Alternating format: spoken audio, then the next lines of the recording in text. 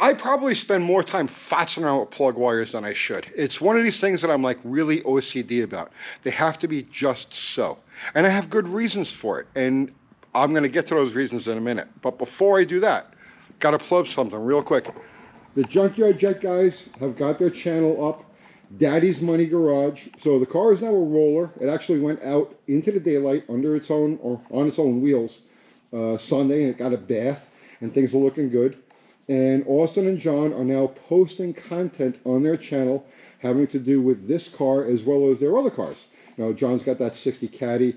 Austin has that 65 Fury.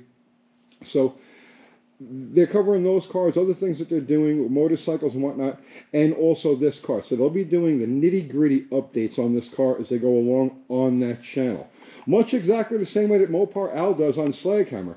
He covers all the little things that he's doing on this car on his channel. And then we cover the bigger picture items on this one. So if you're following either of these projects, absolutely go subscribe to Mopar Al, subscribe to Daddy's Money Garage. What a name, Daddy's Money Garage. So yeah, help these guys out.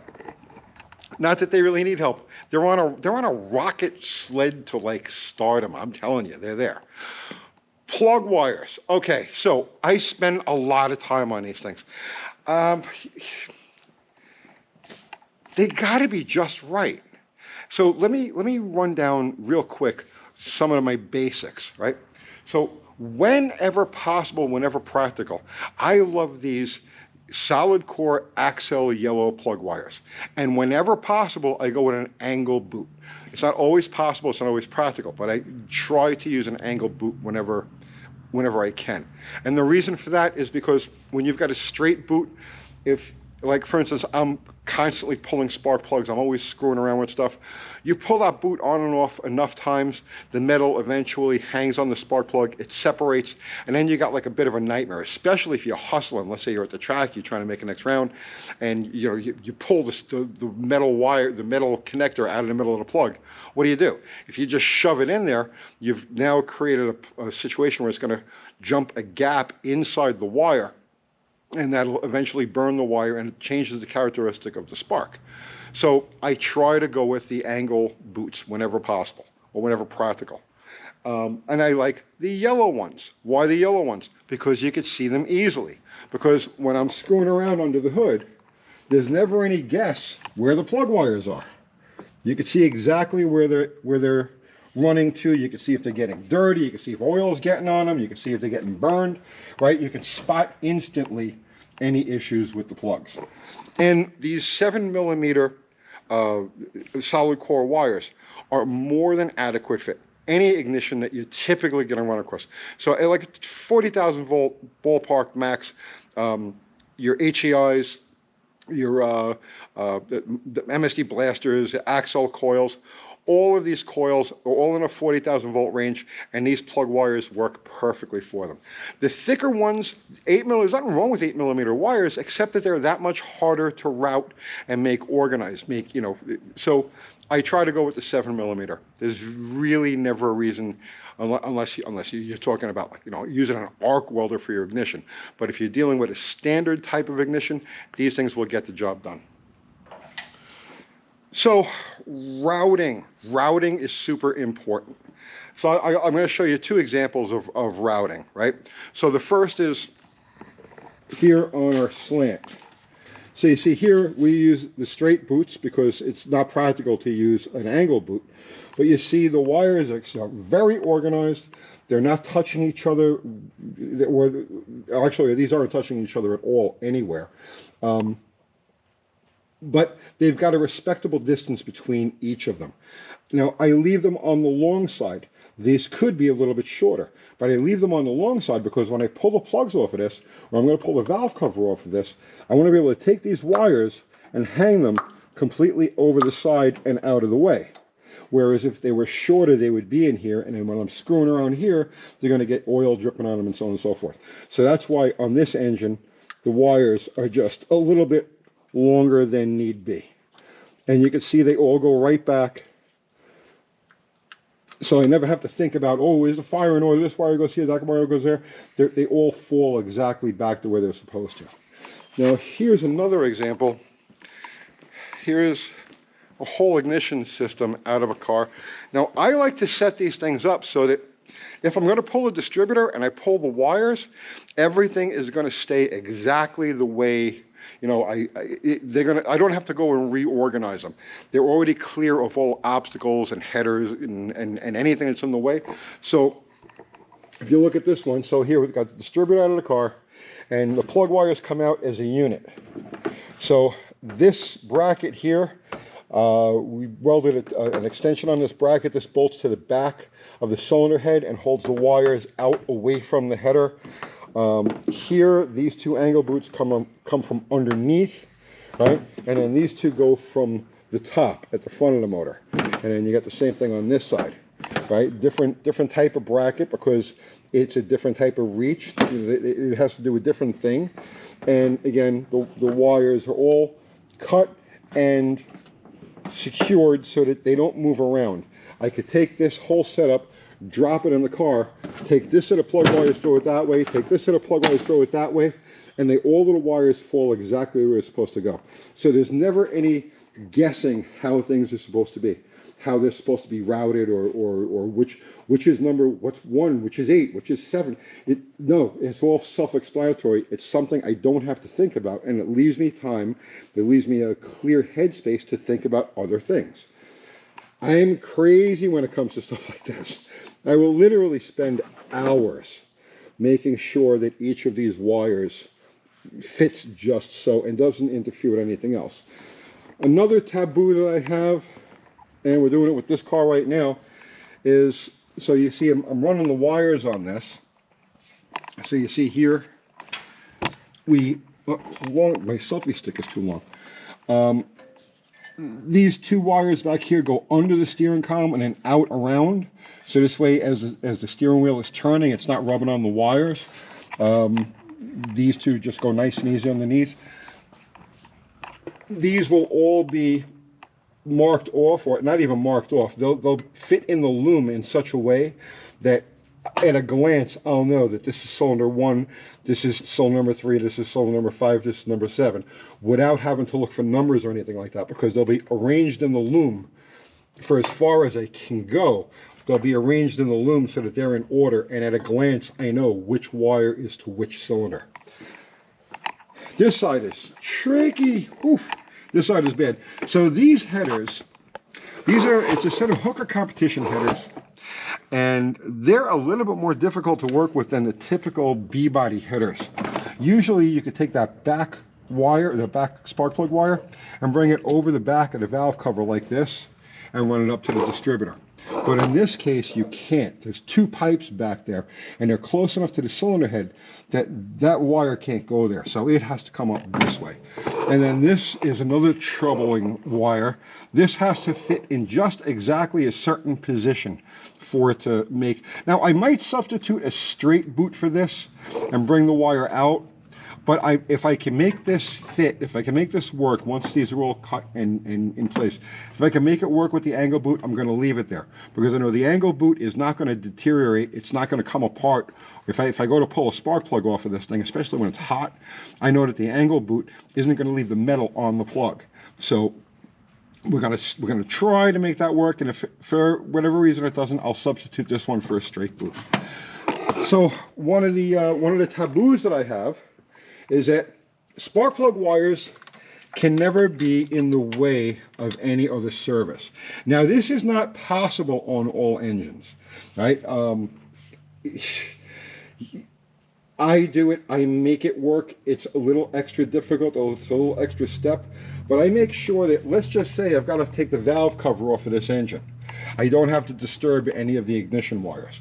And the main reason for that, aside from the sanitary appearance, it makes it look good, but the main reason for that, and it's a practical reason, is that when I'm doing other services on the engine, let's say I'm taking the intake manifold off, or I'm taking a valve cover, I'm going to set the valves, whatever I'm going to do, my hands are now going to be covered with oil. They're going to be greasy, they're going to be oily, okay? So if I touch the wires to pull them out of the way or push, they're going to get dirty too, and that dirt accumulates, and that oil on the spark plug wire eventually deteriorates it. So that's the main reason why I do it. I run the wires in such a way that I can pop the valve covers off, I can take the intake manifold off, I can do whatever I got to do without disturbing the wires or disturbing them as little as possible. And remember, every time you pull a wire off, put a wire on, you're creating a problem zone. You want to try to leave the plug wires as alone as possible. Just let them be. Right? And they find a happy space.